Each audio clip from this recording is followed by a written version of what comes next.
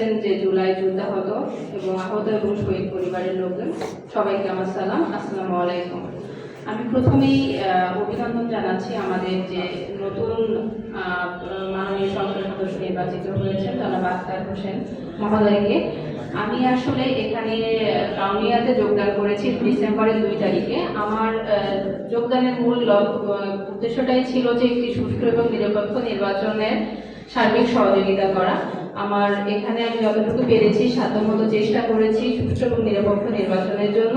এবং এখন আমার যে কাজ সেটা হলো যে আমি নিরপেক্ষভাবে এখানে যে কাউনিয়া যতদিন এখানে থাকবো কাউনিয়া জনগণের জন্য আমি কাজ করে যাব এবং এখানে উন্নয়নের জন্য আমি কাজ করব। আমি যদি কখনো মাননীয় সংসদ সদস্য মহোদয়কে ফোন দিয়ে থাকি তাহলে তিনি মনে করবেন যে আমি হয়তো এখানে জনগণের উন্নয়নের জন্য কোনো কাজের জন্যই তাকে ফোন দিয়েছি। এবং আমি এখানে অনেক সময় নিজেও ঘুরতে বের হয়ে জনগণের সাথে কথা বলি এবং কথা বলে দেখি যে তাদের কোন কাজটা বা কি বিষয়টি দরকার, তখন সেই অনুযায়ী হয়তো আপনাকে আমি নিজে না পারি তাহলে আপনাকে আমি ফোন দিব। এখানে একটি ব্রিজের কথা বলবো, মনপুরা ব্রিজ একটি আছে, সেখানে অনেক জনগণ এখানে ওই পাশে ফসল উৎপাদন হয় এবং জনগণের যাতায়াত আছে। সেখানে একটি কাঠের ব্রিজ আছে যেটা আসলে খুবই কষ্টের তাদের জন্য। আমরা যদি এটা আসলে প্রস্তাব মনে হয় পাঠানো হয়েছে কিন্তু পাস হয়নি, এটা যদি আমরা উপর থেকে এটা করিয়ে আনতে পারি তাহলে তো জনগণের জন্য এটা অনেক উপকারে আসবে।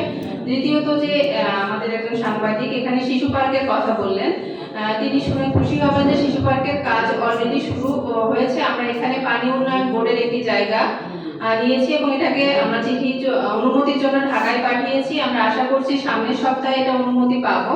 অনুমতি পাওয়ার পরে আমরা এটা কাজ শুরু করতে পারবো।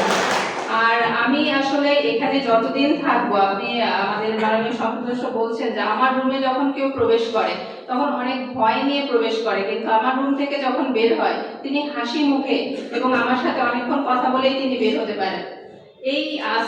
আমি এই কাজটা অন্তত পক্ষে করবো যে কেউ যাতে আমার রুমের সামনে থেকে ফেরত না যেতে পারে এবং আমার রুমে প্রবেশ করবেন এবং এখানে স্থানীয় ভাষাই হোক যেভাবেই হোক, আমাকে যদি মা বলে, আমাকে বোন বলে, আমাকে যেইভাবেই বলুক সম্বোধন করুক, আমার এতে সমস্যা নেই, আমি তাদের জন্য কাজ করব।